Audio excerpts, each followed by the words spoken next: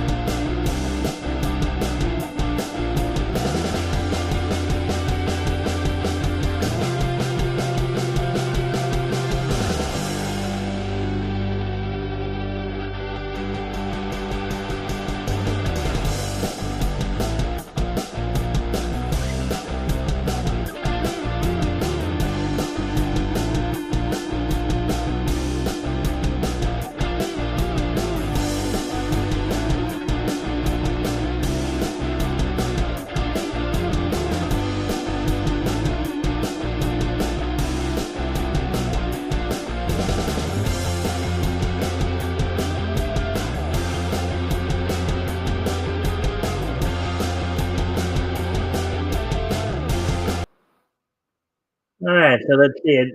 Hey, Shadowhawk, welcome to the stream, man. It's been a while since you came by. Thanks for dropping in. And let's see. And thank you for the like and the share too. Always appreciate it. Anyways, I guess since there are a few people here, we can talk a little bit about what's on tap for tonight. So basically, I have 10 articles I'm going to be going over tonight. Two from Bounding into Comics, the other 8 from CDR. Um, the first one's going to be kind of like animated cartoon related, and then we're going to have 5. We're going to have 5 comic related articles, and then 4 anime related articles, plus the wrestling roundup and this day in each history. So since we do have some people here, and hopefully we'll get some more in soon enough. Shadowhawk, is there anything you'd like to say or ask or anything like that before we get started? Um,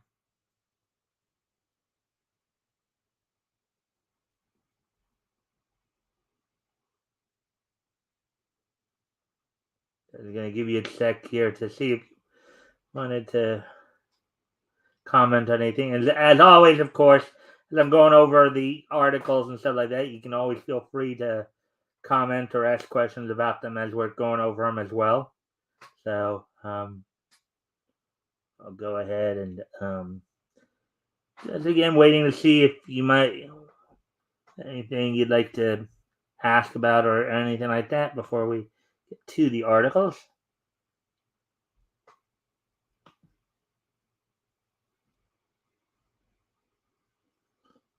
And let's see, we're coming up on 5 minutes here.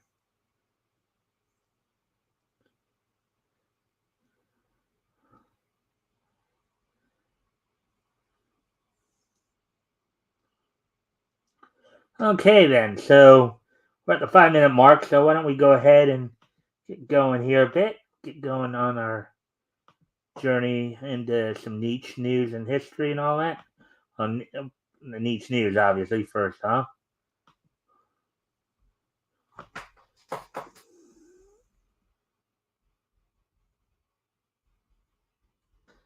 Okay, so this will be the first article we're going to look at here. We get into this. And as I said, as always, feel free to comment or ask any questions if anything catches your interest or anything like that. So, anyways, here we go. Here's the first article we're looking at today. Harley Quinn animated show renewed for a fourth season with new showrunner. Article by J.B. Augustine published earlier today. Warner Brothers Discovery has at least one DC project residing at HBO Max that they believe in, and it's Harley Quinn. The adult cartoon has been renewed for a fourth season, but that's not all. A new showrunner will be appointed to helm the series. So he is season 1, episode 8. LODRSVP. Okay. I guess that Legion of Doom RSVP, I guess. Deadline reports consulting producer and writer Sarah Peters. I did see this in a previous article that was being talked about. They were going to have somebody new in there. So, Deadline reports consulting producer and writer Sarah Peters will take over for the duo of Justin Halpern and Patrick Schumacher. They initially developed the adult satire series with Dean Laurie. Star Kaylee Cuoco is also heavily involved in the show's production as the voice of Harley and an executive producer through a company, Yes Norman Productions, which also produces The Flight Attendant. Okay. Let's see. Not saying anything yet? Nope. Okay. As we continue on with the. All right. Of the transition to a singular female showrunner in Peters, Halpern and Schumacher said, quote, "We are ecstatic that HBO Max wants the story of Harley and Ivy to continue. We are equally thrilled that this next season will be in great hands with Sarah Peters as our showrunner.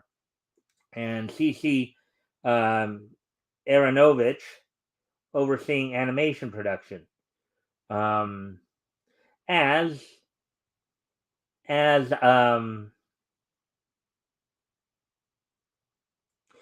they both greatly influenced the show with their brilliance since the beginning." Unquote. There's Harley.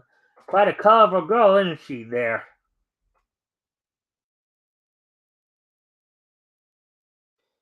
Peter Girardi, executive vice president of alternative programming at Warner Brothers Animation, added, quote, "3 seasons down, and I can't even begin to think about the new levels of chaos and trouble that Harley, Ivy, and the gang can get into with a 4th season. But I'm grateful to our partners at HBO Max for continuing this insane ride with us. We can all find out, unquote.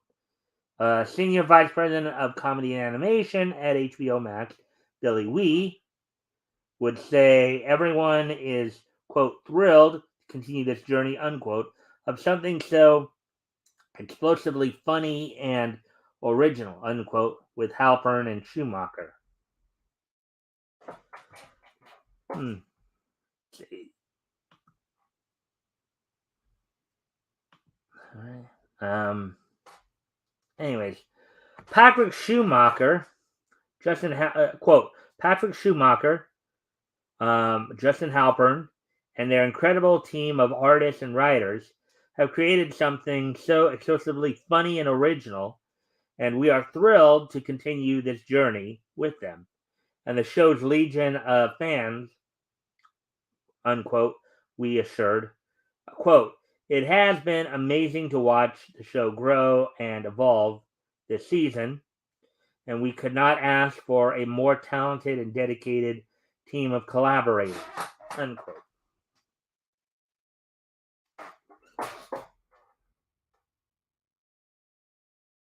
Season 3 of Harley Quinn, currently streaming on HBO Max, consummated Harley's budding relationship with Poison Ivy and put them on the road of their, quote, eat, bang, kill tour, unquote. Halpern and Schumacher were happy to put them together as a couple, declaring that they'd never break them up as long as they ran the show. Quote, we still have the occasional fan reaction of, quote, I don't like Harley and Ivy together. She should get back with the Joker, in smaller quotes, which we're never going to do. Harley and Ivy will never break up in the series as long as we have a say. That's something that we never want to touch again, unquote. Schumacher told the AV Club in July. Now, of course, one of the things I wonder here is, are they taking this stance because they really do believe in lesbian relationships over heterosexual relationships, or is this because they want a virtue signal and they just, they don't want to, they just simply want a virtue signal, or is it, I mean, I can understand maybe a little bit. Okay, maybe they don't want to put Harley back with the Joker because Joker, was kind of abusive towards her. Okay, but they weren't necessarily a bad couple either, because they did their own fair share of of chaos as well. But if this is more about pushing the agenda or narrative, granted, the show, from what I hear, is pretty good. But if they turn it into something where it's about pushing a narrative, I think they will probably lose a little bit. I don't know if how it depends upon how hard they decide to push the narrative. If they're pushing a little bit, okay, they might be able to survive it. But if they push real hard with it, they might lose like half the audience. It's usually typically what's happening when it becomes more about pushing a narrative than really good storytelling or good plot line. Now, granted, we've had good storylines in the past involving LGBTQ characters over the past like 15, 20 years. Renee Montoya, and some of the stuff she went through, like, when she came out, in the comics, the storyline, I think, with Two-Face way back when, and of course the fact that she became the new Question after the first Question passed away. So like it's all virtue signaling, right? Yeah. Well, yeah, I mean, yeah, but it's always good to pose the question, though, Shadowhawk.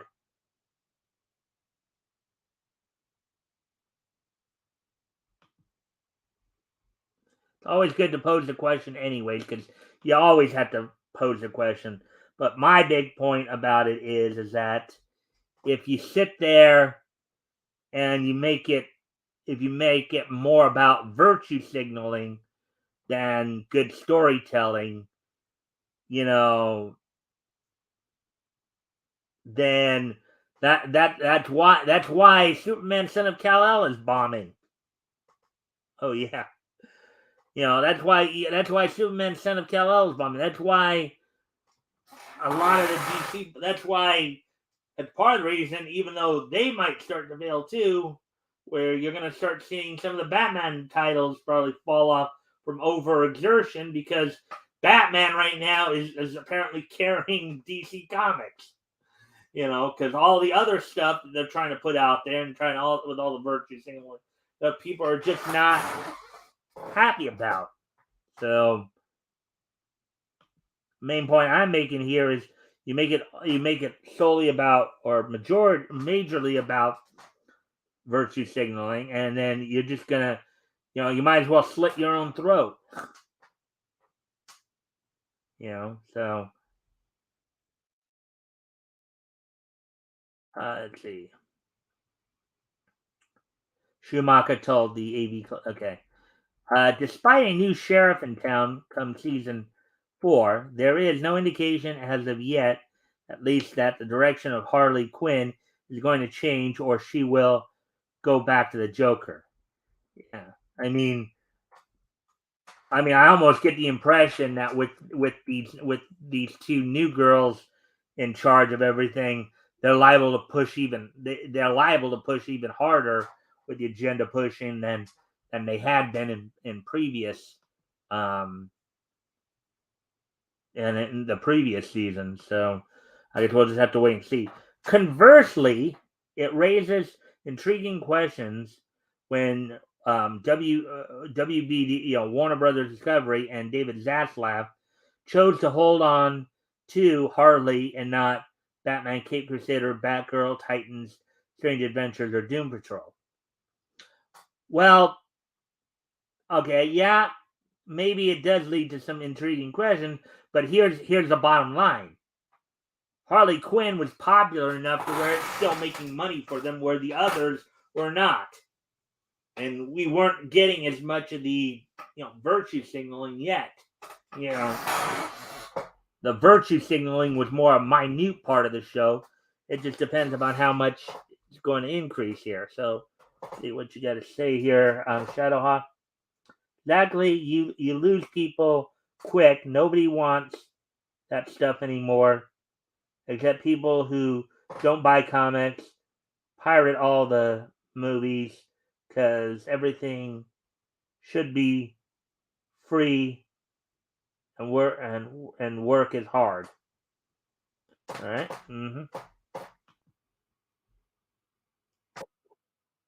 Well, anyways, that's all for that one. So we'll get ready to move on to the next article then here. Last from Counting in the Comics here. And this is the second article. This is the first of our 5 comic related articles we're going to be looking at here. So Jeff Jones gives the Joker a new name in latest issue of Flashpoint Beyond. And small quotes there. Article again by J.D. August, published September 14th. So here we go. Mostly, his background has been a mystery. The Joker is notorious for his varied civilian identities over the years. Yeah, I think for a long time he never really even acknowledged that he had a name. Alan Moore gave him one in The Killing Joke. Tim Burton crafted a whole origin story for him in the 1989 Batman film that was held onto for the animated series in Batman '89. Yeah, throughout much of the post-crisis, the idea that Joker was originally Jack Napier, the Red Hood, was kept throughout all that. Anyways, more recently in 2019, Todd Phillips and Joaquin Phoenix made their own origin for an Elseworlds character, Arthur Fleck, in Joker, who may just be the first. That fits with a twist that came along during the New 52 when it was revealed that there were 3 Jokers.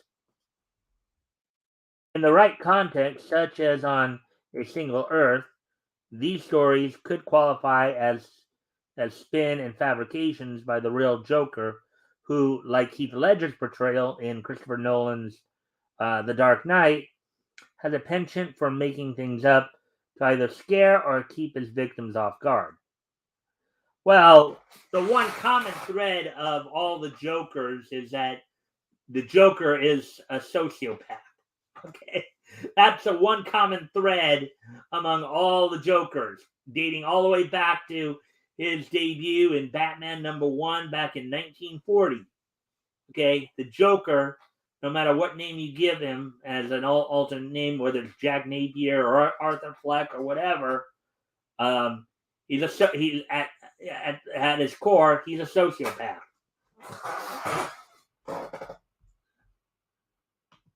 So,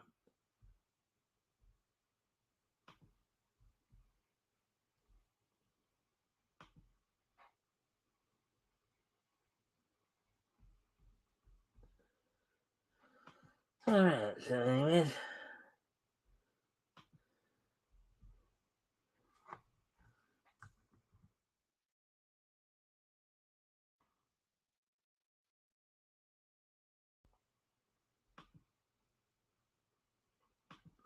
All right. So, anyways, getting back into the article here. Um, we can add another identity and perhaps a tall tale about the jester of genocide as of the latest issue of Flashpoint Beyond. In the fifth installment of the series by Jeff Johns, Martha Wayne revealed while incarcerated in Arkham, the Joker's real name in her timeline is Jack Oswald White. Driven insane by the murder of Bruce in the alley in their alternate universe, Martha became the Joker at first, whereas Thomas Wayne took up the cowl as Batman. That's interesting. Thomas Wayne Batman, Martha Wayne Joker facing off against one another. That was until Flashpoint Beyond, however. Follows is a spoiler for issue number 4, so you've been warned. But Martha Wayne is now the clockwork killer Thomas has been chasing. The mantle of Joker didn't pass to White. Instead, he is designated the Clown Prince of Earth Prime by Martha and uncorrupted on her Earth. She finds out this information from Psycho Pirate, who'd been hiding in the Flashpoint universe to escape Dark Crisis.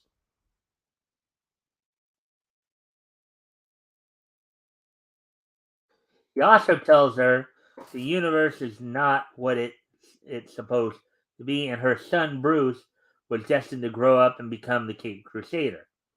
Once she has this info, she promptly kills a pirate and goes in search of White.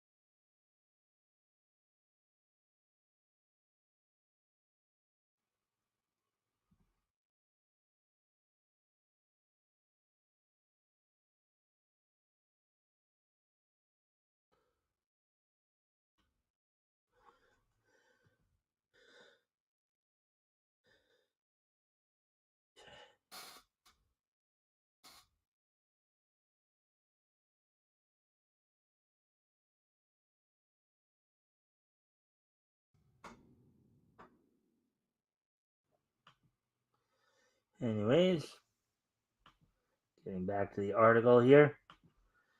Martha finds out that he had a fate parallel to the one Moore wrote for him. White never became the cackling mass murderer, failed to make it as a comedian, and wound up cleaning toilets at Thomas Wayne's casino. He has a wife and child, too, but unlike in Killing Joke, quote unquote, they're a happy family.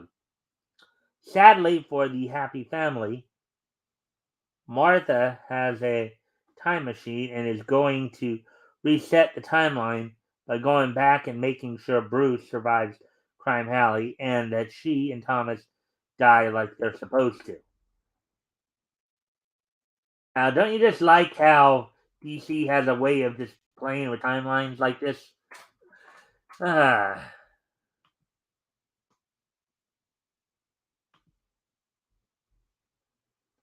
Anyways, Joker's new name is an unneeded wrinkle in the lore by Johns, but since it is an alternate universe, we shall see if quote unquote Jack Oswald White sticks when to most even now he will always be Jack Napier. From writers Johns, Tim Sheridan, and Jeremy Adams, artists Germanico and Michael Yanin, and colorist Romulo Fajardo Jr., Jordi Belair, and Rob Lee. Flashpoint Beyond number 5 is on sale now. All right, so there we go with our 2 articles from Pounding into Comics. Now we'll get ready to move on to CBR and go through.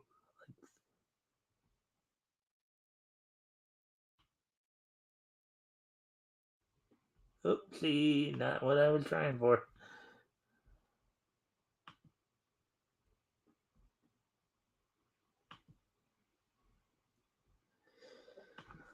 Alright, so let's get down to these now. Let's see.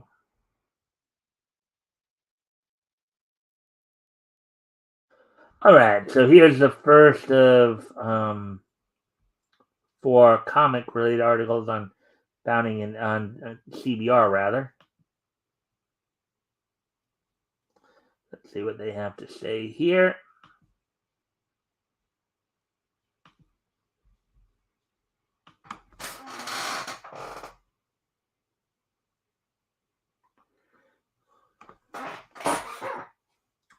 Marvel announces ongoing Scarlet Witch series from Orlando and Pichelli. Marvel Comics announces a new Scarlet Witch ongoing solo series launching in January from writer Steve Orlando and artist Sarah Pichelli. Article by Vernon Schwartz, published 11 hours ago. Marvel announced that Wanda Maximoff, also known as the Scarlet Witch, will be getting her own ongoing solo series from writer Steve Orlando and artist Sarah Pichelli. Scarlet Witch #1 comes from Orlando Pichelli, colorist Matt Wilson, and cover artist Russell Dauterman, releasing in January of 2023. The series will follow Wanda following the events of X-Men Trial of Magneto as she sets off on a new adventure. The synopsis reads, there is a door that appears only to those who need it most, who have no one else in the world to turn to. On the other side of this door is a mysterious witchcraft shop.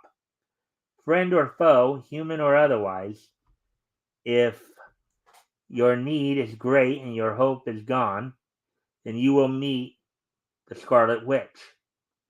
Wanda Maximoff is familiar with hitting rock bottom, and now that she's finally found peace, she's pledged all her power to help others who are languishing at their lowest. But when a woman falls through Wanda's door with a terrifying story of a town gone mad, Scarlet Witch will have to muster her wits and chaos magic to deal with an insidious threat. Unquote. So there's the cover of it right there, it looks like.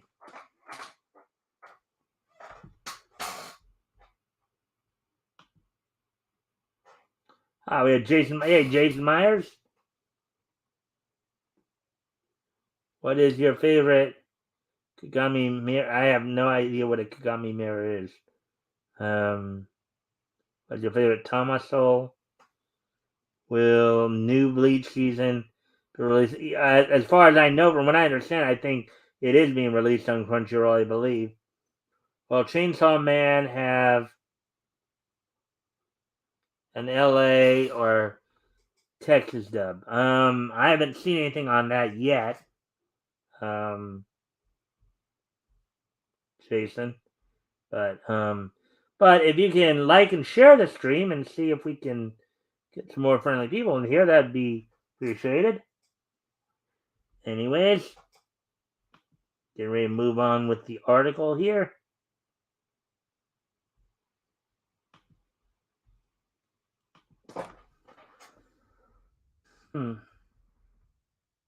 Quote, since I first stepped into the House of Ideas, the Scarlet Witch has been with me.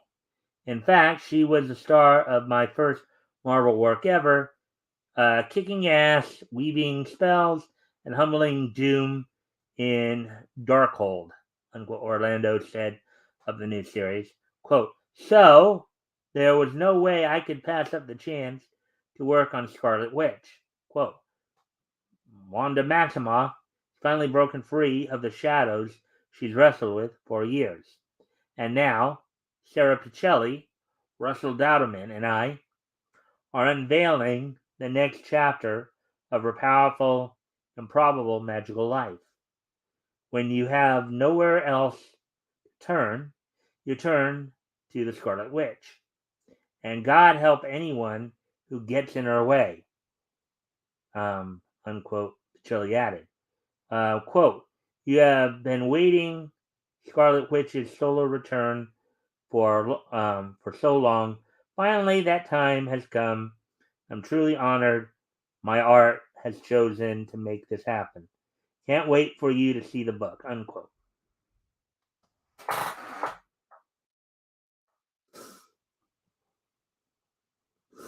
Of course, always feel free to comment on any of the stories that we cover here.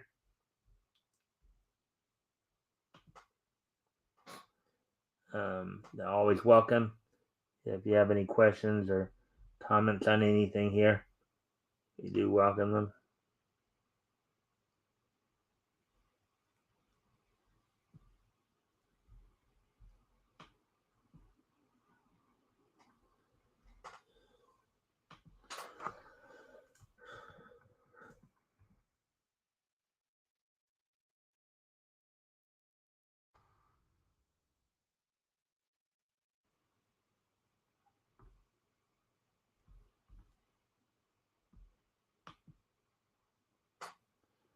All right, so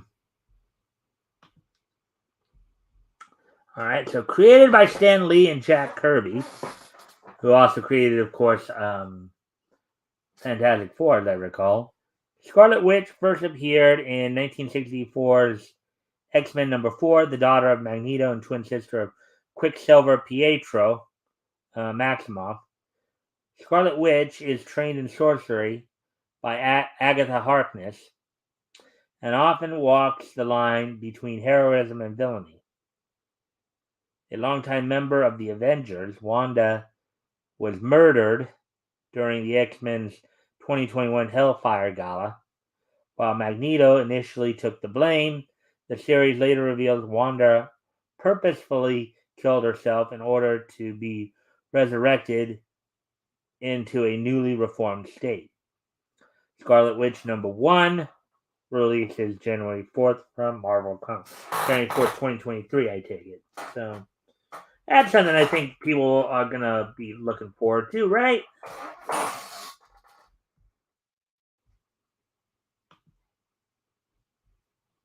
Now get ready to move on to the next article here. And before I do that, of course, I do need to step away from the computer for a moment. I'll be back, but I will put some music on while I'm away.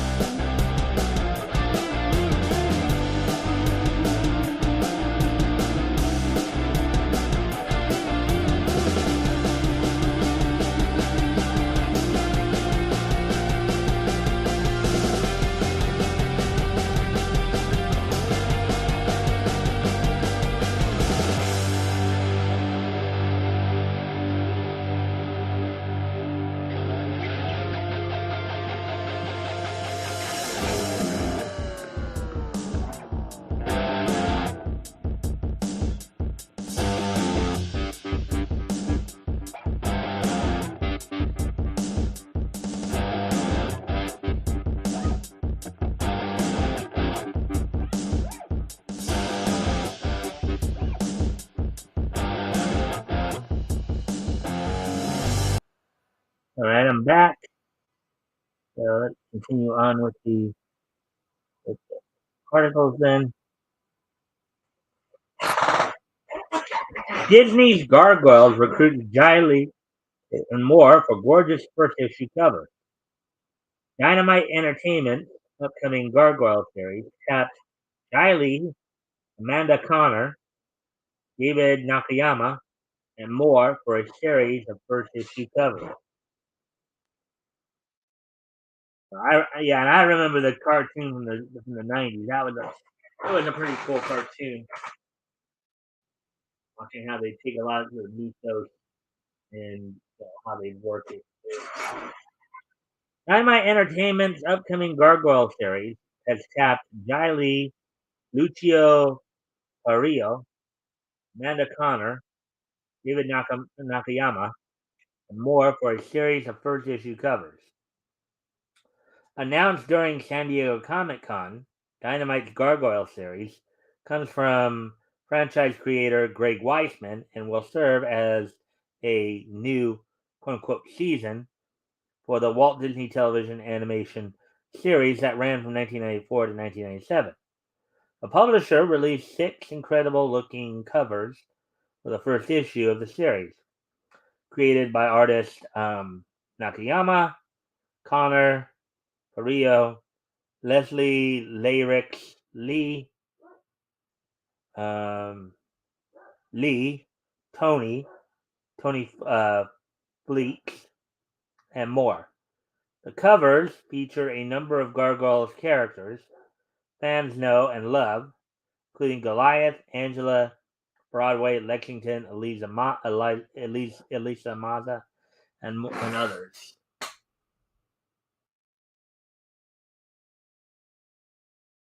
And I'll leave the covers up because I need to step away from the computer again because apparently our dog is barking again. So I'll be right back.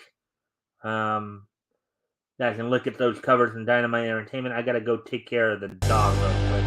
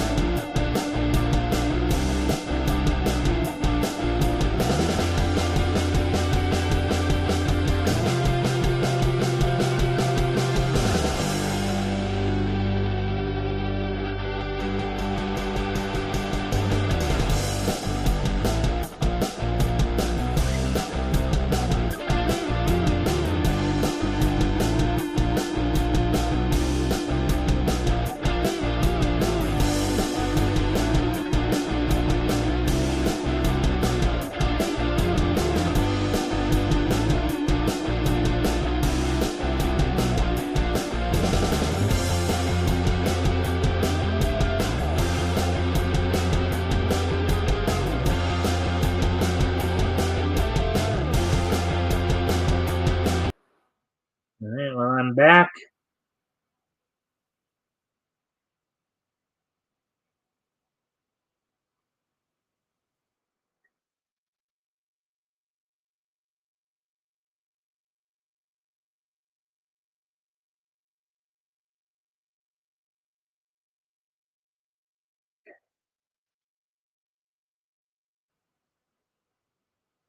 All right, so I'm back.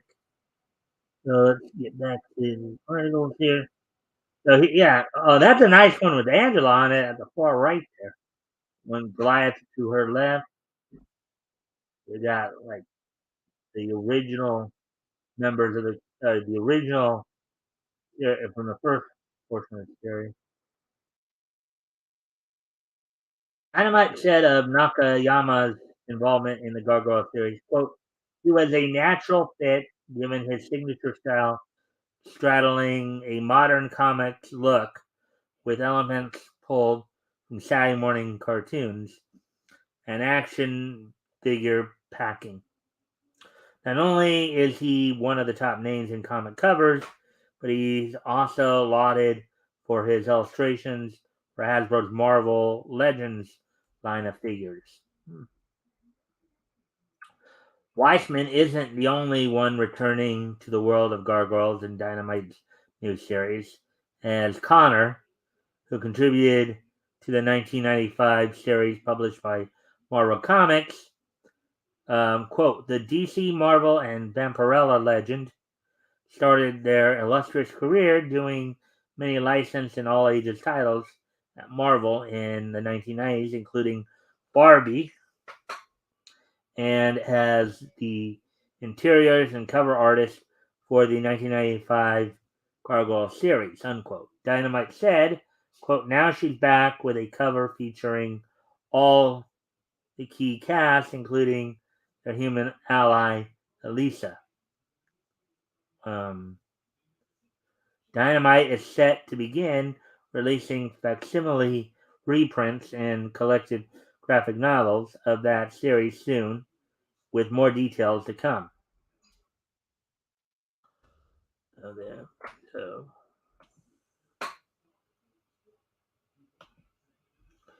bringing back Disney's Gargoyles. When announcing the series in July, Dynamite said Gargoyles will both continue the storyline from the television series while also being accessible to new fans. Additionally, the publisher previously announced it would be releasing remastered and compiled paperback volumes of previous Gargoyles comics series. Creators involved in said comics include Connor, Joe Madureira, Jimmy Palmiotti, Martin Pasco, Grant Meme, and Mort Todd. Along with the new comic series, Disney also announced at D23 that Gargoyles Remastered, a remaster of the Sega Genesis classic game, will soon be available for fans to play.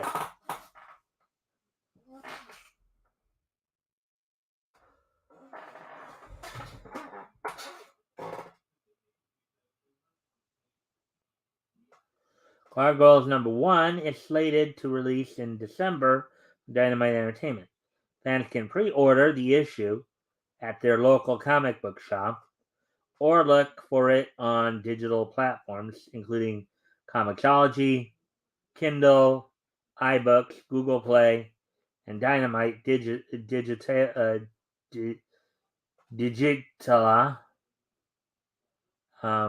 Comics Plus, and more. Alrighty then. There we go with that one.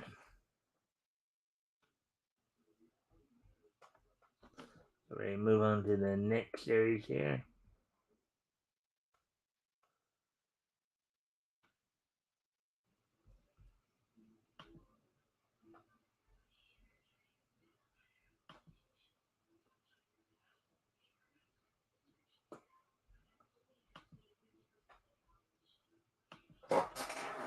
Alright, so here we go, getting ready for this next one here.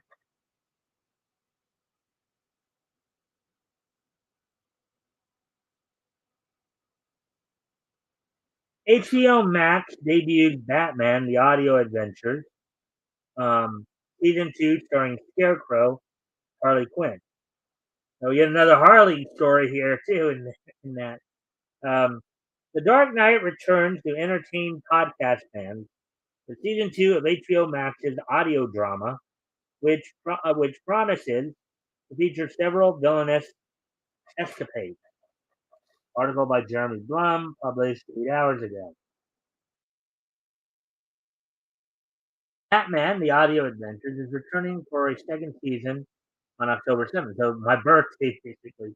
The 10 new episodes continuing the radio-style drama of Batman and Robin's adventures in Gotham City.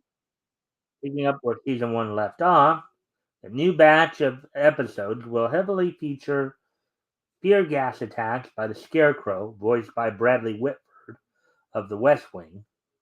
Several other villains who previously appeared on the show will return, including the Joker, voiced by Brent Spiner. Now that's an interesting casting choice. Brent Spiner is the Joker. And it's kind of funny how we were just talking about Gargoyles too, because I know he did Puck Gargoyles. We know him from as Data, as well as all the songs in the Star Trek. Let's see, and all this from Next Generation on, he was Data, Lore, and all the songs. So, Two-Face, voiced by Ike Barinholtz. Catwoman, voiced by Rosario Dawson. I believe she's another Star Trek alumni. She was on Voyager, I believe. And Harley Quinn, voiced by Jillian Jacobs. Anyways, I need to step away one more time because things are getting a little dim in here, so I got to make some lighting adjustments. I'll be right back. I'll put some music on while I'm gone.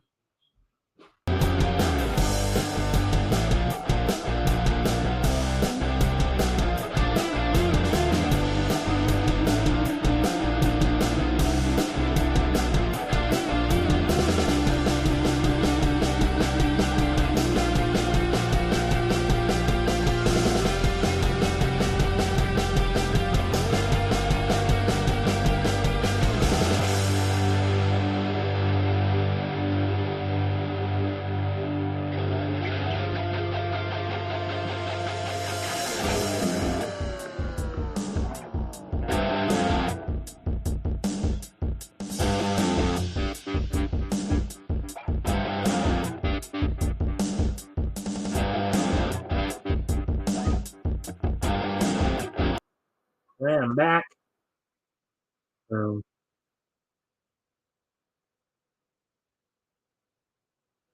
Let's see. Batman: The Audio Adventures is returning for a second.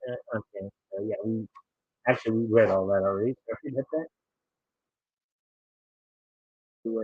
And I guess this is the trailer on YouTube. You want to go check that out. Quote, Gotham City, a seething cauldron of crime and corruption about to boil over, unquote.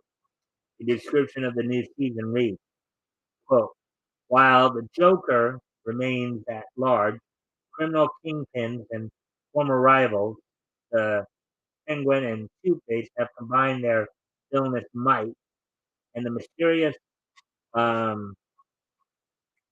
narco terrorist known as Scarecrow remains unidentified, even as his chemical nightmares plague the city.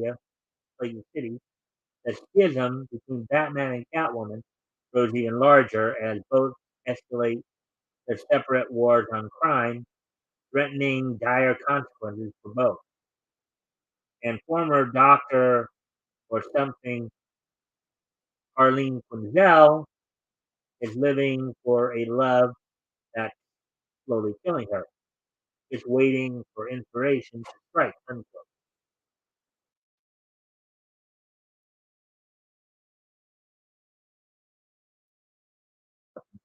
What is Batman: The Audio Adventure?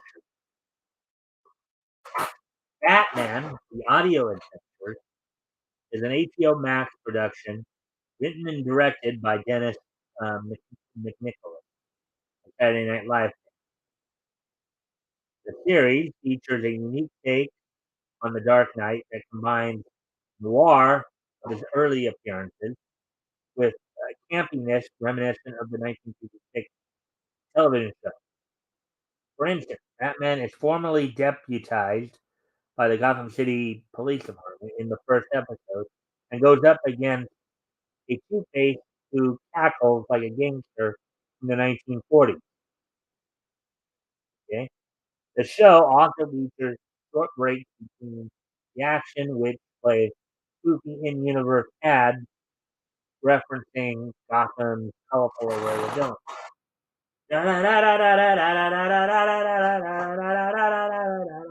Batman!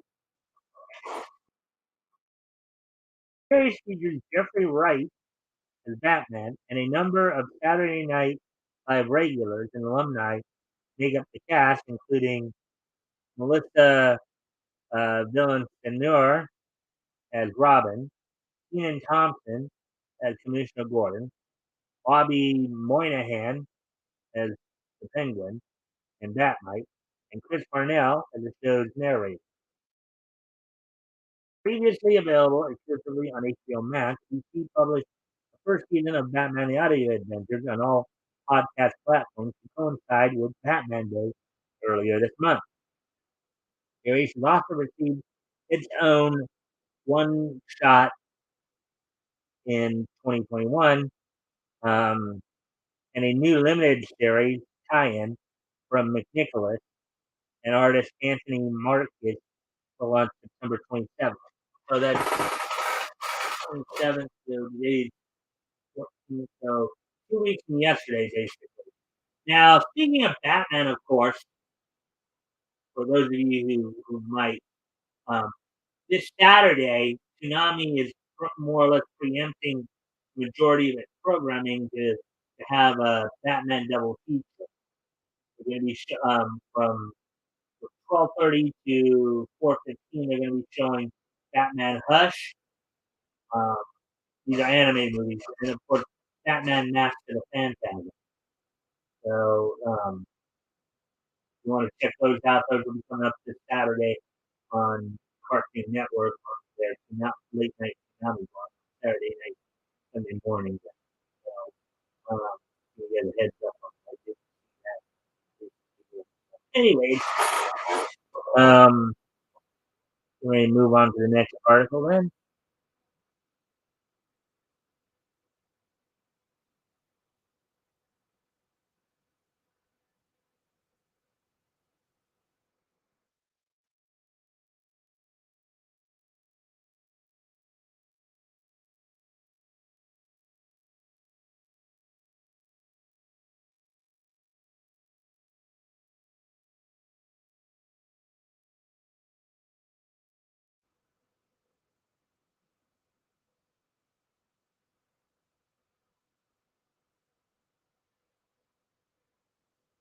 Okay, so we're getting ready to move on.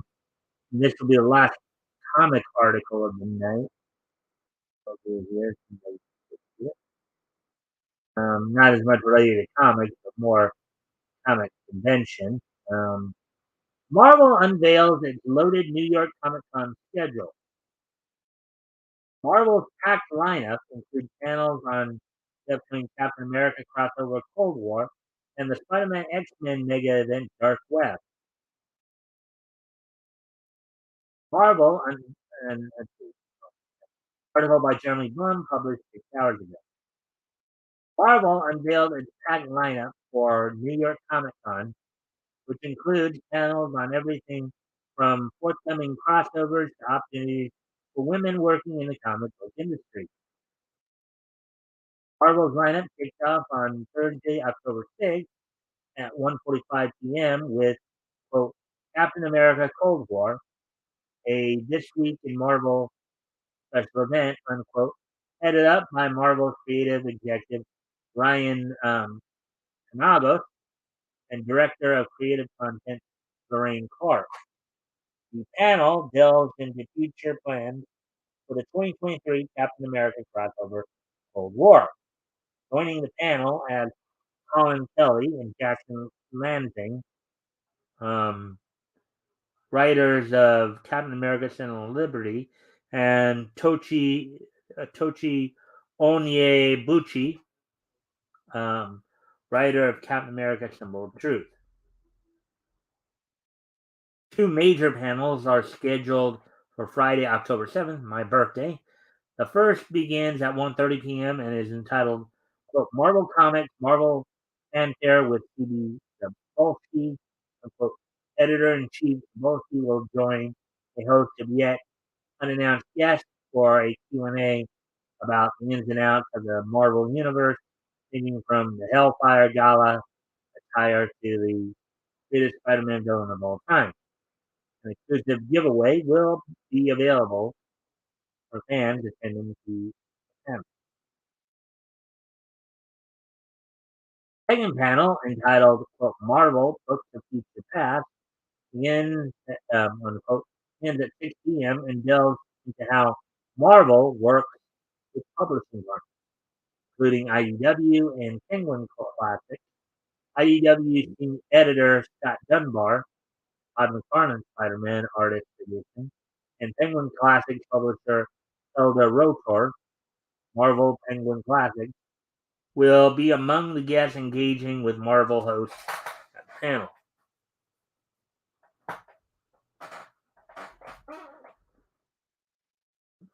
If anybody's on here. And as always, guys, of course, feel free to comment or ask any questions if you have anything comes to mind as we're going through these articles.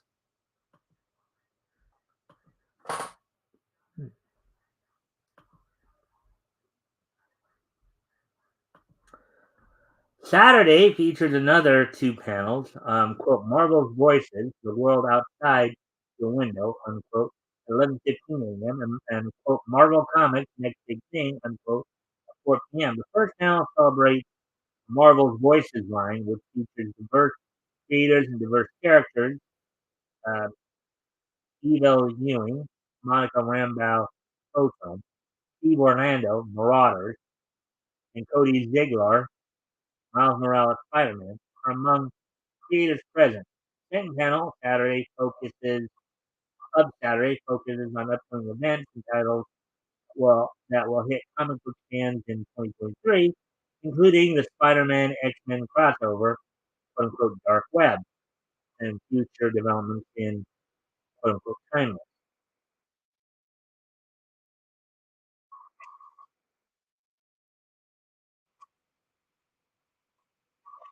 Sunday wraps up Marvel's event with one final panel, quote, Women of Marvel, unquote, at 10:30 a.m. Ewing, Marvel senior editor Doran Discom, and digital media executive director Ellie Kyle join other unannounced guests to discuss challenges and opportunities for women working in comics, as well as forthcoming titles. New York Comic Con runs from October 6th to the 9th in New York's Javits Convention Center. And from what I've heard too, if you are planning on going there, they are going to probably require you to wear a mask. If you don't like it, I would suggest not going. That's not giving them your money if you don't like wearing a mask. Anyways, we move on to next set of articles, the anime articles.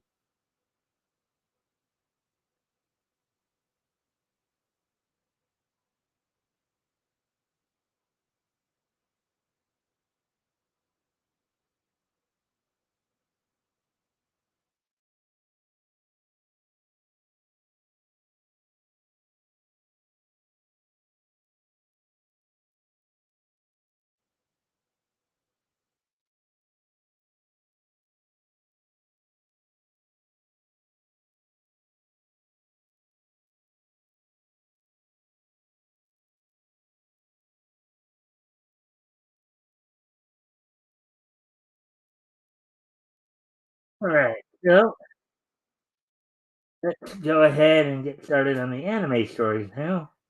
We got four of those. Ruby Ice Queendom English dub trailer unites the original show's cast. The official trailer for Ruby Ice Queendom's English dub unites the original voices cast of Rooster Teeth's anime-inspired action series Ruby. The original voice cast of Rooster Teeth's Ruby is back in the official English dub trailer for its anime adaptation Ruby. Of course, that's probably all except Vic. Of course, I doubt they're going to bring Vic back. And Rooster Teeth Animation has revealed the trailer for the English dub of Ice Queendom, which is due to premiere on Rooster Teeth first and Crunchyroll on Sunday, September 25th. So that, I believe, would be a week from this coming Sunday, I believe. Today is the 14th, so yeah, a week from this Sunday. This new trailer is the same as the Japanese trailer that dropped back in March, though now features the voices of Lindsay Jones, Kara Eberly, Aaron Zek, Barbara Dunkelman, and Shannon McCormick as Ruby Rose, Vice Shmi, Blake Belladonna, Yong Zhao Long, and Professor Osman, respectively. The English dub of Ice Queendom also featured the return of fellow Ruby veterans Miles Numa, Samantha Ireland, Jen Brown, and Neith Ohm as James Ark, Nora Valkyrie, Pira Nikos, and Lee Ren, respectively.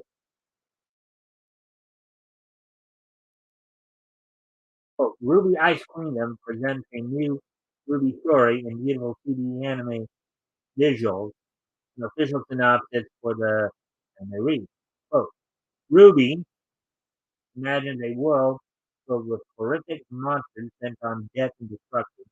And humanity's only hope is dependent upon powerful huntsmen and huntresses.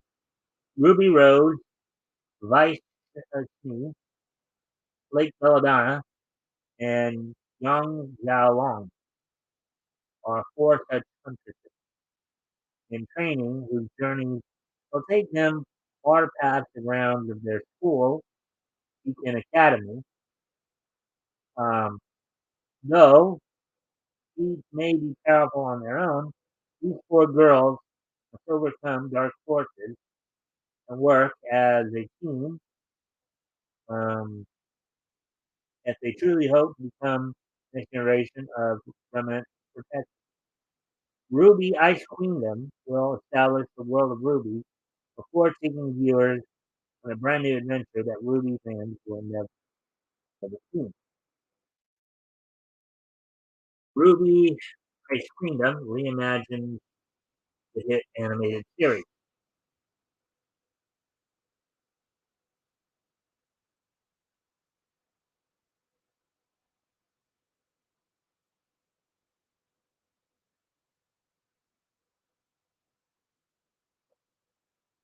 Created by the late Monty Ohm, who also originally voiced the aforementioned Lee Ren. Um, Rooster Teeth Ruby originally premiered in 2013, taking heavy inspiration from Japanese anime, starring the voices of Jones, Eberly, Jack, Dunkelman as Team Ruby.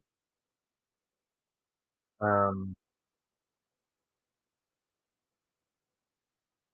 okay, now I get it, I guess.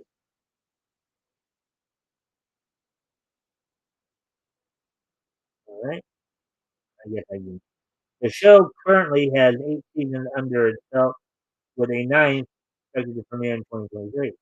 Ruby has spawned various multimedia tie-ins and spin-offs over the years, including Studio Shaft Ice Kingdom.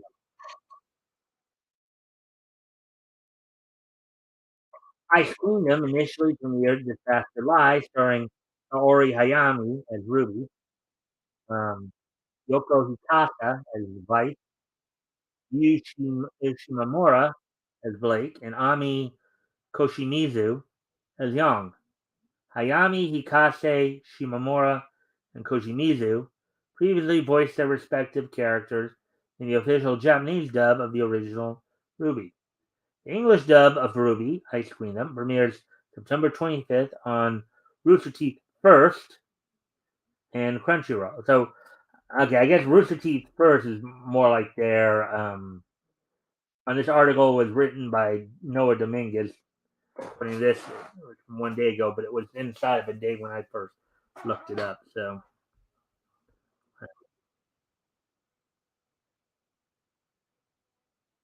all right, so getting ready to move on to the next article here.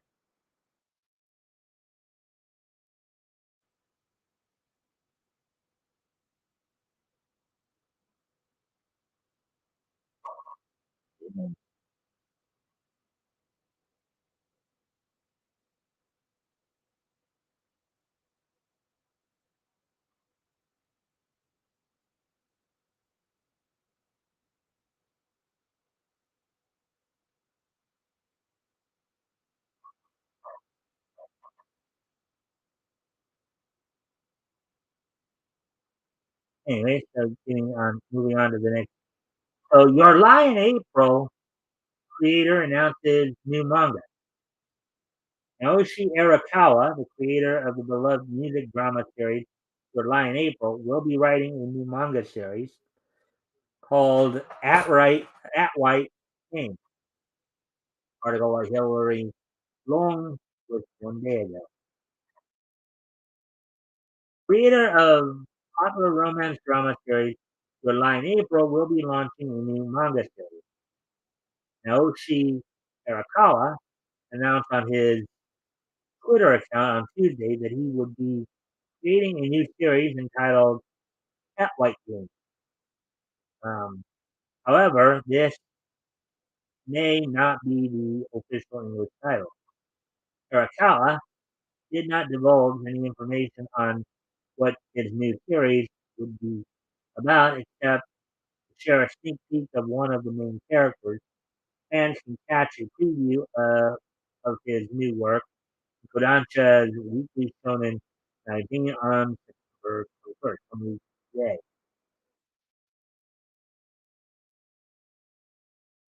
Arakawa's serial career began with his debut series, A School Frozen in Time, a manga adaptation of Mizuki Sugimura's novel, which ran from 2007 to 2009 in Monthly Shonen Magazine. His second series was in 2009 and was called Sayonara Football, where it received a nomination in the Shonen category at France's Mangawa Award.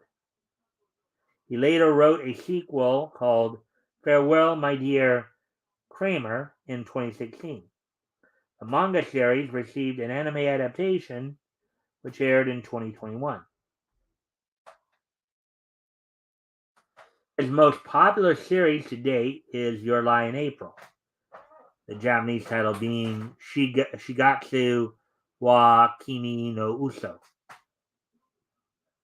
Originally a one-shot he submitted to a competition in 2011, the one-shot became the musical drama series, which it's known for today, and won Best Shonen Manga at the 37th Kodansha Manga Awards in 2013.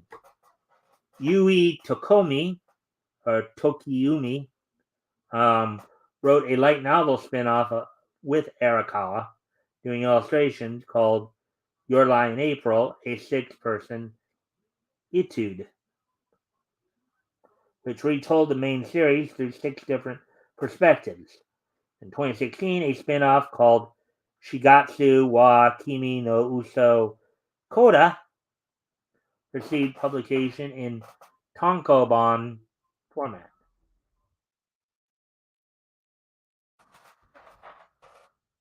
If anybody come back to anything, nope.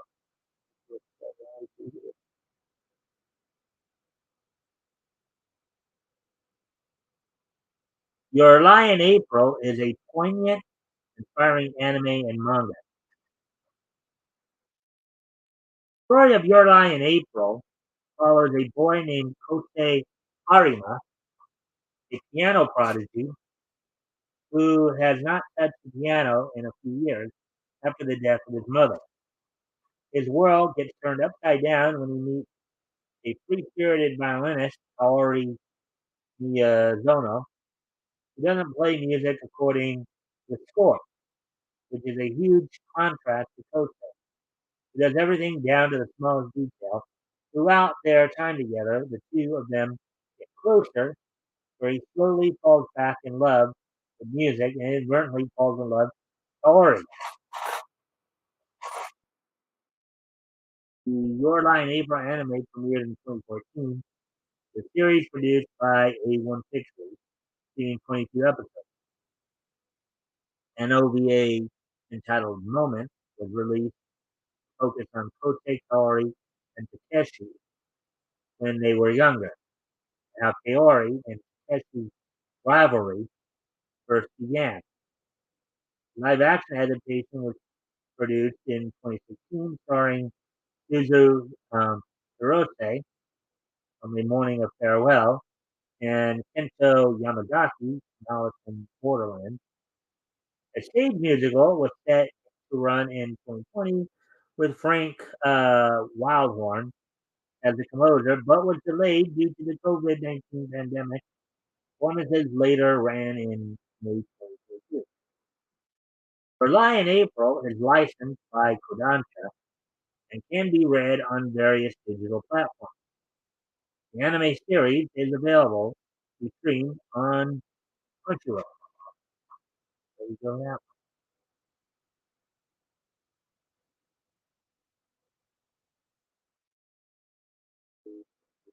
Next article here.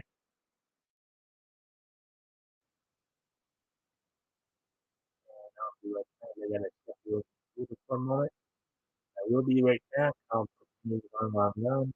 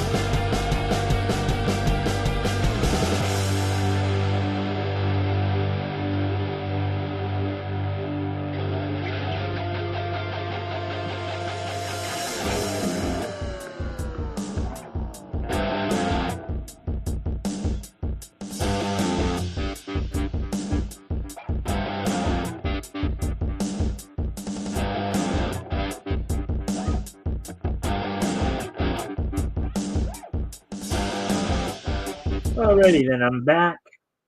let's see. Oh, 15, so maybe we get here. All right, so here's the sort of the four anime articles here. Was the summer 2022 anime lineup weak or just underrated? Fans may have expected a sizzling hot summer 2020 lineup. This anime summertime buffet has felt lukewarm at best. Article by Lewis Kenmer, posted one day ago. All right, so the summer 2022 anime season will soon be drawing to a close, and already plenty of anime fans are looking ahead to what the upcoming fall 2022 anime season has in store for them. At first, they may sound reckless and impatient, given that the summer season still has a few weeks left to go. However, perhaps there's a good reason to dismiss the summer anime season early. Some anime seasons are simply better than others, and the arrival of smash hit, new, or returning series can define an entire season. The winter and spring 2022 seasons were packed with goodies like My Dress Up Darling and the first core of Spy Family. And the fall season offers My Hero Academia Season 6, the return of Bleach, and lots more. Perhaps in the world of anime, this wasn't such a hot summer season after all. Well, yeah, but then when you're surrounded by major stuff going on, you know that sometimes there's going to be a bit of a drop off too. You know, you can't continuously have boom, boom, boom, boom. Eventually, you're going to have some lulls in there. You know, it may not necessarily be the series themselves' fault either. The biggest hits of summer 2022 anime season. The summer 2022 anime season, despite its many appointments, is not a total loss. It has been a much needed catch up season for many beloved stories, offering new seasons for hit anime series like Overlord, The Devil is a Part Timer, and even the magical girl series Tokyo Mew Mew. In its own humble way, the summer anime season got a lot of work done, filling in vital gaps in the larger anime industry by injecting fresh material. Um, you know, okay, into all these series and making them relevant once more. This season also offered a decent variety of brand new titles, which is something I was pointing out earlier in my commentary there. A great example is the cyberpunk action thriller series Engage Kiss.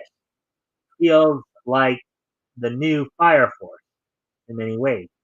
Protagonist Ogata Shu and his devil partner Kisara hunt deadly demons all over Bayron City, while Shu obsessively fights to unravel the mystery of the demon that tore his family apart 12 years ago. The series has a charming harem, a cool sci-fi setting, a thrilling monster hunter action sequence, and hard-hitting plot twists and more. The summer anime season is also amusing fans with the passable but fun isekai titled Black Summoner, which has taken bold steps to refresh isekai formula, such as depicting protagonist Kelvin, the summoner, actively reincarnating people into this fantasy world, transforming him from an ordinary isekai hero into embodiment of Truckun, and of course Overlord's fourth installment, the staple of the summer season. Let's see the biggest fails of summer 2022's anime season. Unfortunately, the summer 20 well, okay. The thing is though, every season, whether it's anime, cartoons, comic books, manga, whatever, you're gonna have your high points, you're gonna have your low points. That's just life itself. So um, shouldn't be overly surprising. That very rarely do you have like a season, if any at all, where everything is just like great. You know, you're gonna have some great, you're gonna have some good, you're gonna have some mediocre, you're gonna have some fair, you're gonna have some poor. You know, and then there's bad. But anyways, let's see what they have to say here. Unfortunately, the summer 2022 season has had more misses than hits, even with series like Overlord, Engaged Kids, and Black Summoner in the lineup. One major example is the series Lucifer and the Biscuit Hammer. Okay, that sounds like a Lucifer and the Biscuit Hammer. Okay, based on the beloved manga series of the same name. But simply, Lucifer anime completely dropped the ball. From animation quality to voice acting and pacing, and the end result hardly resembles the high quality source manga. A bitter disappointment for many fans.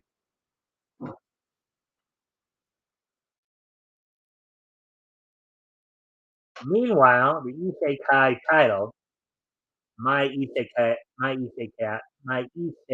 Life um, manages to even manages to be even more forgettable and generic than Black Summoner, and with far less charm too. Even with a squad of talking slimes around, other letdowns include the Yakuza's Guide to Babysitting. Okay, um, which is decent but continually fails to make the most of its premise. And Rent a Girlfriend's second season is hardly a sweeping romantic title for the ages. Well, some of these titles almost scream failure or ridiculous to begin with. Lucifer, let's see, Lucifer's. What was that one? One was Lucifer in it,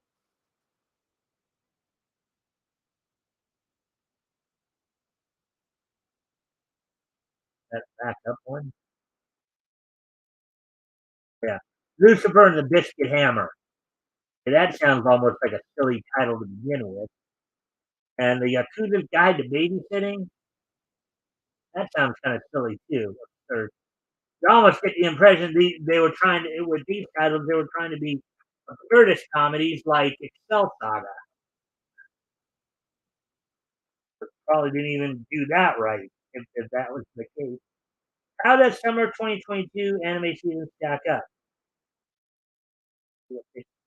Here, the summer 2022 season has its highlights such as Engaged Kiss, Overlord, a set of 12 episodes for Stone Ocean.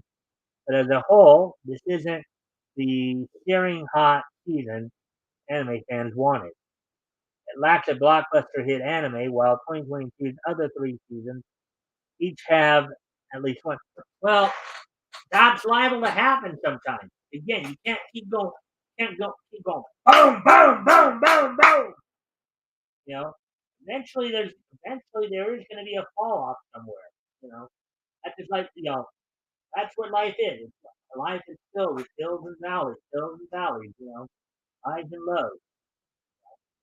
So maybe the summer season is going to be a low point, but that doesn't negate the highs of the winter and the spring and the fall. Uh, um, the winter season had My Dress Up Darling, Bring Up the Ante with Spy Family, and most of all 2022 is set to rock the anime world. Bleach's triumphant return, as we've been talking about quite a bit, the helping of Spy Family season 6 of My Hero Academia, and a highly anticipated debut, The Glory Chainsaw. Now, with that kind of lineup, yeah, I mean, again, if they're doing all that work for that one season, others are going, again, you can't expect the mangaka to be shelling out like hit anime season after season. You know, there's going to be at some point some kind of a letdown. You know, that's just natural. You know, it's not like they can just continually crank out hit anime after hit anime. You're gonna have some low points. You're gonna have some points where okay, maybe you don't have the super great anime, but you still have some good anime. You know, that's just life itself.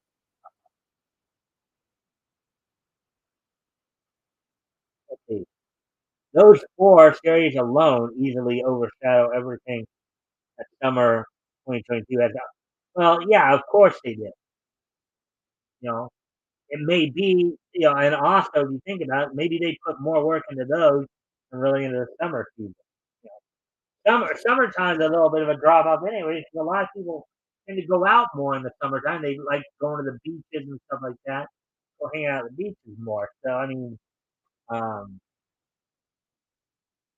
so it's no wonder that anime fans are eagerly awaiting the fall. But you got to take into account too, summertime is usually, no matter where you're at, is usually a time when they're not most people are not sitting home as much, watching anime. They're going out more, as I said, they're going out to the beach more, hanging out with friends more. You know, it's usually vacation time for a lot of people. A lot of school, Now I know over in Japan it's not the case. In Japan they go to school almost year round, where they may have a month off in the winter around Christmas time, a month off in the summer. But even in that, during that time they're probably not like sitting there. So anyway, let's get back to the article here. As a whole, summer 2022 is shaping up to be the year's weakest anime season. Given how strong the anime industry has gotten recently, that's hardly a bad thing, which is true. Even if summer 2022 stumbled by most standards, the season is still generously loaded with quality entertainment for anime fans of any caliber. Standards have simply gotten so high that even a passable season feels forgettable when fall 2022 is on course to make anime history in a way that should be an encouraging sign that a season with Overlord, Sonos, and Engaged Kit, Engaged Kiss so met. The rest of the year must be absolutely stacked, and it is. Well, yeah, I mean, again, you make a good point there. Yeah, the summer anime season may be met, but as that's life itself. You're gonna one team, you can't have five first place prizes, okay? As much as some SJWs might want that, no, you should just give a prize to everybody, so nobody feels bad. No, there's only one first place, okay? Only one second place, only one third place, so on. So, in anything, you have to sometimes you have to have less to have more. That's the proper balance.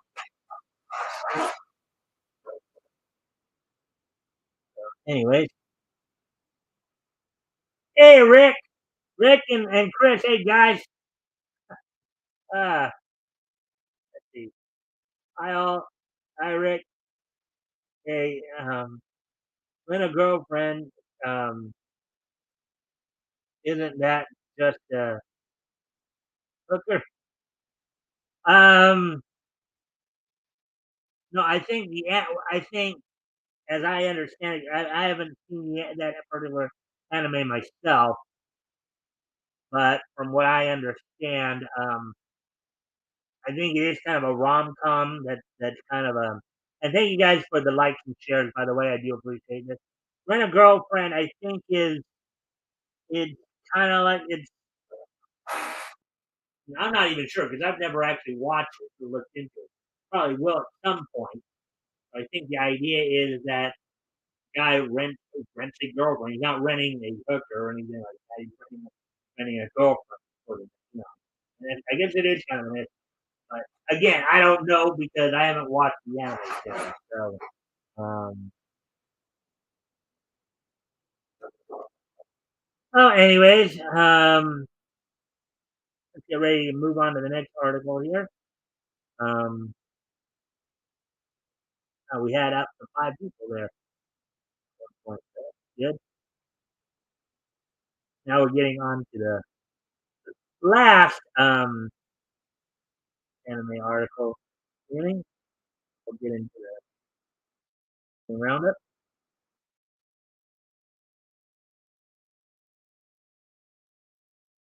All right, so here we go.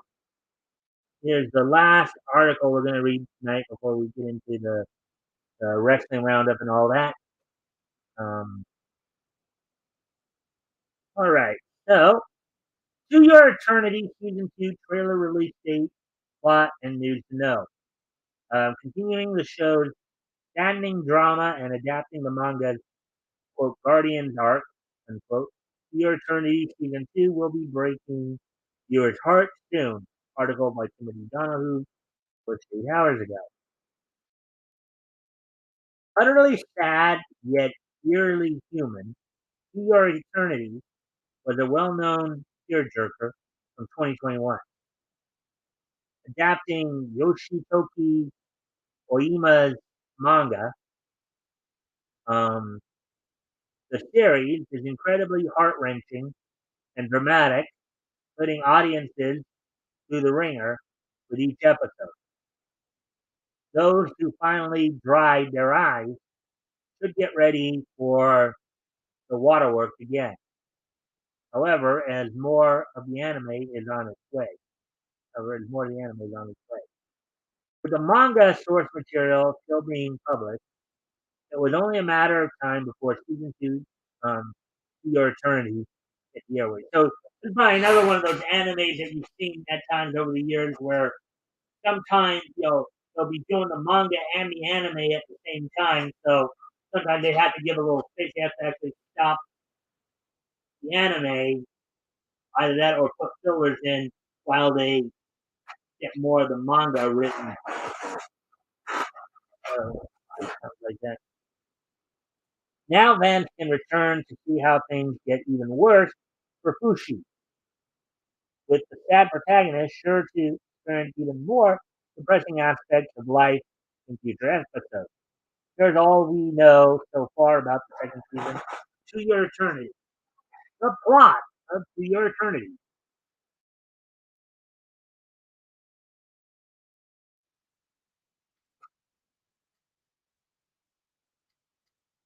I was joking with the statement. Well, sort of. I haven't seen it either.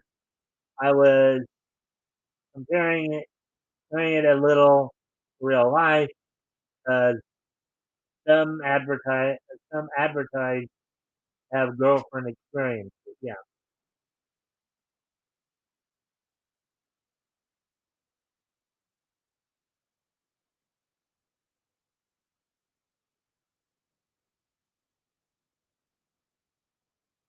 Rick. Wonder where Chris went. Uh,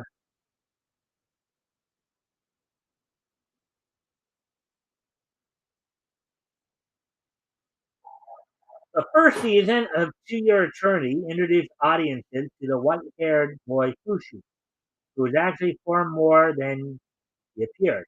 Getting life as a mere orb, Fushi, quote unquote, has taken many forms, eventually settling upon his current path to live as a human. He lost as much as he gained along the way, with sacrifice and tragedy haunting his every step. Part of this struggle came through the knockers, this mysterious beings who could draw out the memories from Fushi's past lives. Following the events of season one finale, To Your Eternity, return to an older version of Fushi Now living as a loner, this more cynical Fushi still wishes to collect as much knowledge as possible while avoiding humanity and close relationships. Unfortunately, Knocker's still around, meaning he'll likely be unable to stay hidden for too much longer. Given his previous losses, Fushi will be joined this time around by several new faces, though there will be returning cast members as well. Season 2 will specifically adapt the quote-unquote Guardian arc for chapters 55 to 62 of the manga. Here's a 2 Year Eternity Season 2 trailer. You can go look that up on YouTube if you want.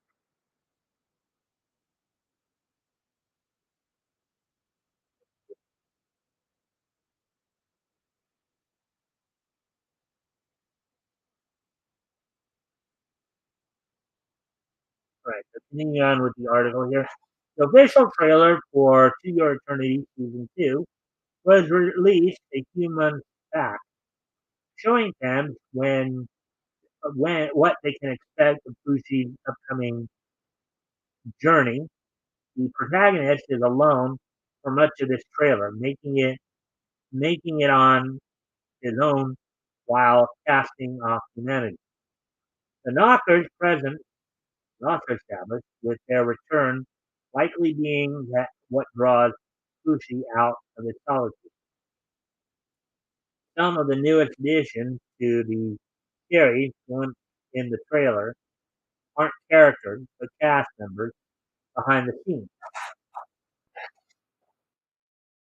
The name Kyoko Sayama can be seen as she'll be replacing Masahiko Murata as the show's director. Sayama has previously worked on shows such as No Game No Life, Get Beat, and Flying Witch. Animation is likewise changing hands, with the studio Drive taking over from Brainface. Drive is also taking over for the next season of Konosuba God's Blessing on This Wonderful World, as well as the first season of its spinoff. 2 Year Eternity Season 2 release date.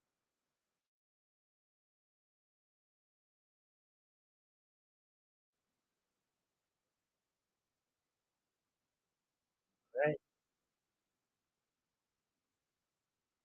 Those looking forward to Season 2 of 2 Year Eternity don't have long to wait at all.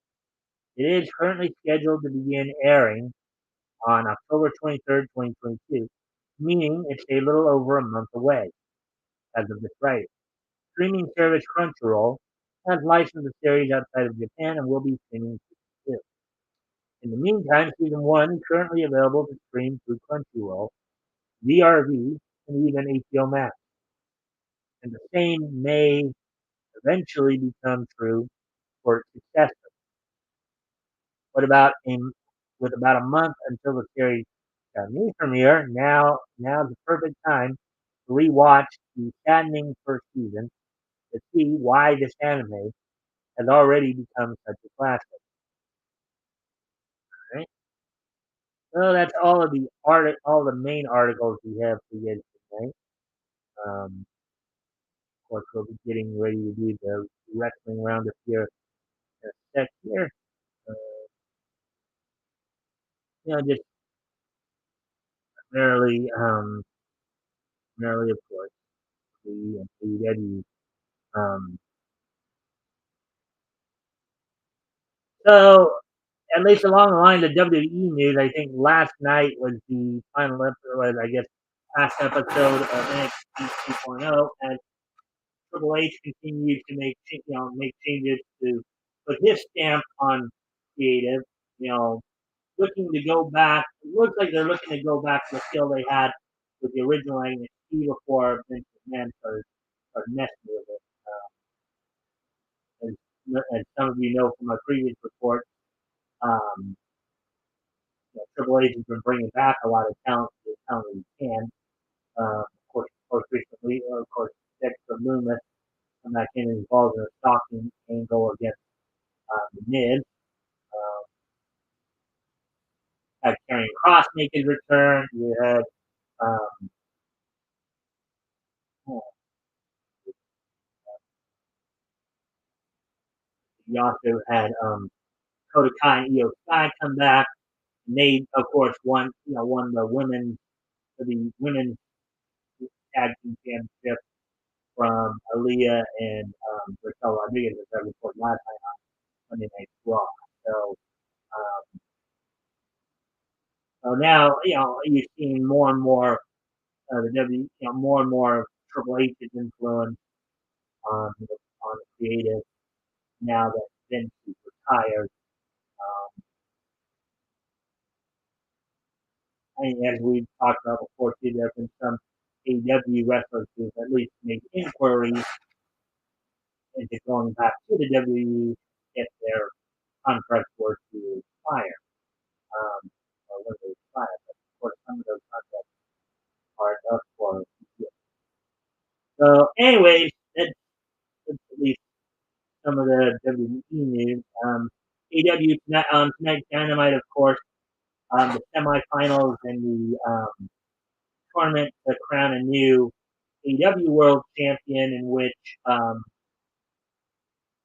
in which was stripped from CM Punk following the physical altercation after All Out with the Elite, as all parties involved in the incident are still suspended, not showing up even on the promotional posters or anything like that.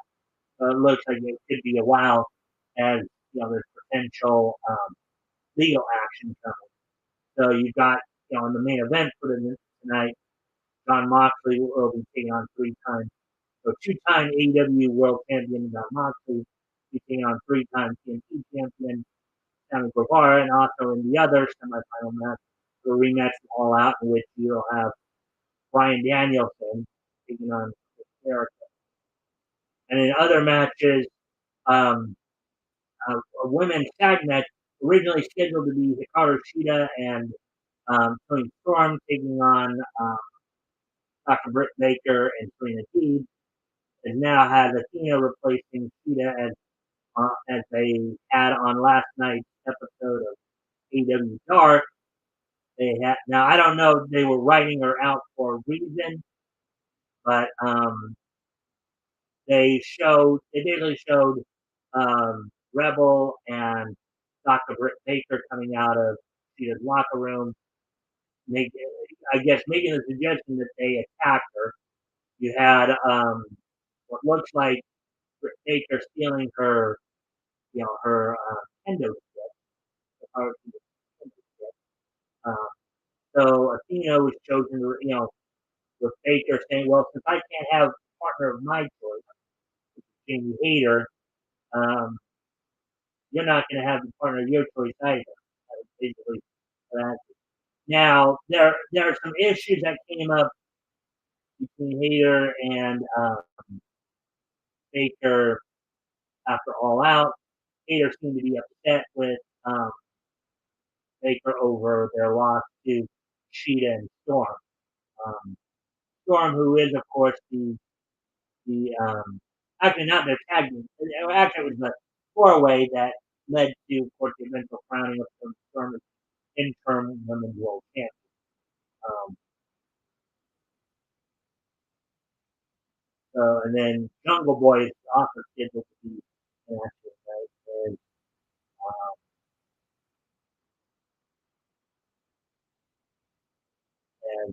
and that's pretty much a lot of what the news from AEW is coming out of. I have more on that, of course. I'll have talk about what happened on tonight's Dynamite tomorrow.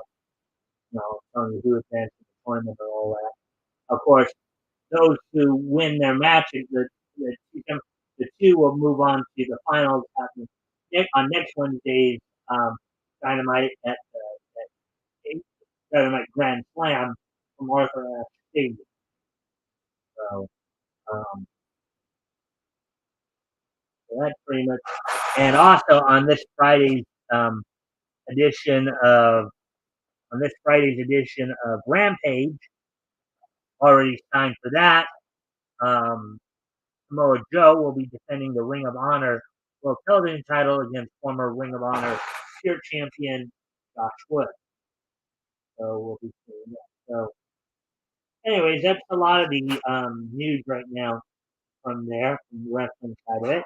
So we're now at the hour and up on hour 46. So I think it'd be a good time to start winding things down and getting ready to move on to get ready to wrap up the show here. With that,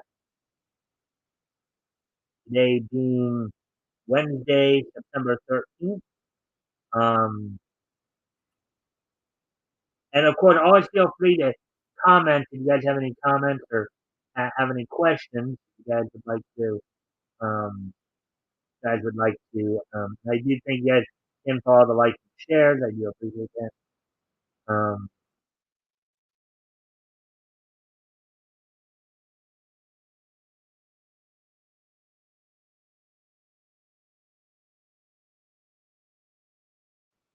anyways, um, today being Wednesday, September the 14th, 2022, why don't we take a look back at this day in history? History! All right, so the um, first, first, first thing we're going to look at here, we're going to go back 40 years ago today, in 1982. And on this date in 1982, um, Buddy Rogers would make his first appearance in the WWF in 19 years. So the last time prior to this that the late Nature Boy Buddy Rogers made an appearance in the WWF was when he lost the WWF title to Bruno Sammartino. Now, Rogers was, of course, originally crowned as the first WWF world heavyweight champion after a schism with the NWA, in which the Jess McMahon or no Vince McMahon Senior, Steve Mont had a disagreement. They didn't want to let during Buddy Rogers' NWA World Title reign. They didn't want to let him out of the Northeast. You can't do that with an NWA. NWA wants you to send the world champion can't just stay in one territory. So that led to a schism, and you know, Buddy Rogers agreed to drop the title back to um, to Lou Thesz before WWE would withdraw, so he wouldn't lose his $25,000 deposit. Um, but um, but of course, what happened during the match, it was a quick match only because um, Rogers had a heart attack during his time training for the match with Bruno back in '63, and therefore, by the time he recovered and was able to have the match, um, they had to make it real short. He was still recovering from the heart attack. But that would be the last time he'd be in a WWF ring until the 1982, in which he began hosting a new interview segment called Rogers Corner. And in the early stages of the program, was used to facilitate Jimmy Snuka's face turn in a storyline where Snuka's manager, Kevin Albano, was defrauding him. So this is where, and then I think as that story unfolded, as I recall, as I remember the history there of it, as that story unfolded, Rogers would actually become the manager in the WWE for Jimmy Snuka. Now, granted, that wasn't the first time he had managed Jimmy Snuka. He managed Snuka along with his tag partner Paul Orndorff in Mid Atlantic, about 4 years prior to that, when they had their successful tag runs, and maybe 2 years prior to that, they had their successful tag runs in Mid Atlantic, for Jim Crockett. So on this date, back in 1982, Buddy Rogers would make his return to the WWF after a 19-year hiatus. So with that, getting ready to move on to the next piece of Nietzsche history.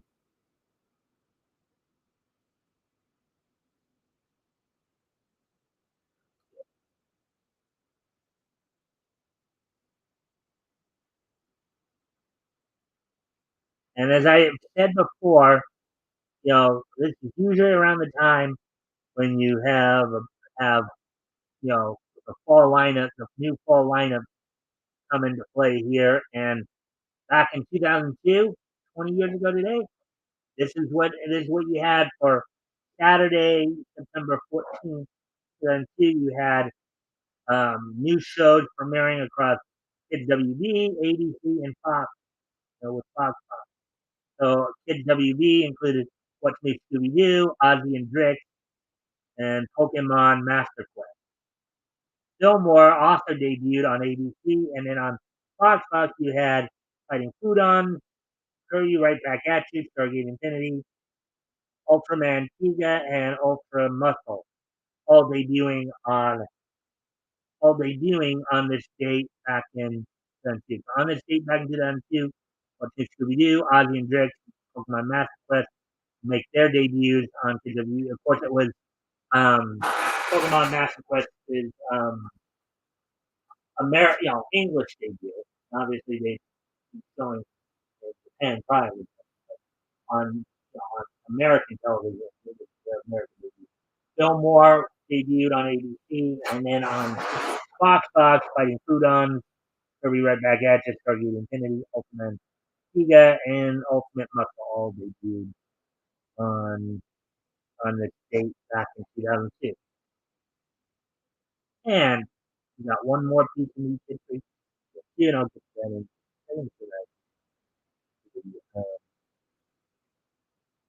And last but not least, the last bit of news history here. On this date, 11 years ago today, 11 years ago today, um, the fifth and final issue of Mystery Men from Marvel Comics went on sale on this date. For $2.99, it was 32 pages. Mystery Men Part 5, written by David List, art done by Patrick Zerker, um, David Sharp with the lettering, and Andy Troy with the coloring. So on this date, 11 years ago today, in 2011, the fifth and final issue of Mystery Men from Marvel Comics went on sale on this date. So,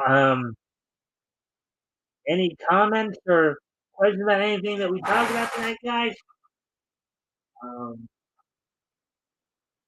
Again, feel free to ask if anything caught your attention or comment on anything. Uh, Now we'll start to wrap up here. As I said, we're wrapping up. Of course, don't forget this Friday, of course, Rick Piper will be on with me as we look back to 1939 again. May of 1939. This week we'll be looking at comics going on sale in Dell Comics, primarily Popular Comics Volume 1, number issue 40, which will be just looking over some of the stories more randomly.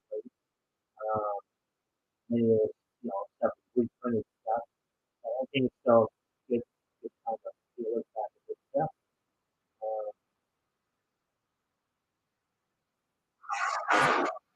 Let's see. You guys have anything more to say? I'm waiting to see if you guys have anything more to say. If not, probably then just wrap this up then. Um, Other seconds here. Do do do do do do do do do do do do do do do do do. It looks like we have another person just came in. Again, if you have anything you'd like to ask or ask about what we focused on tonight, or have any questions or comments, feel free to share.